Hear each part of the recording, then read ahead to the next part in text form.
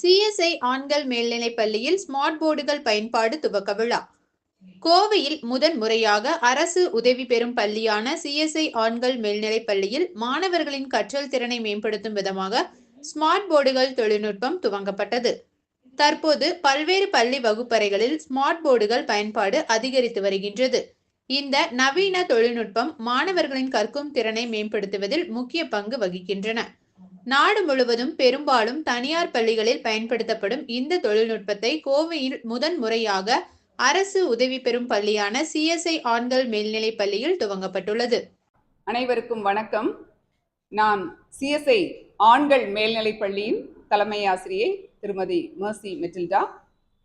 கடவுளின் பெரிதான கிருபையினாலே இப்பள்ளி வளர்ந்து வருகிறது.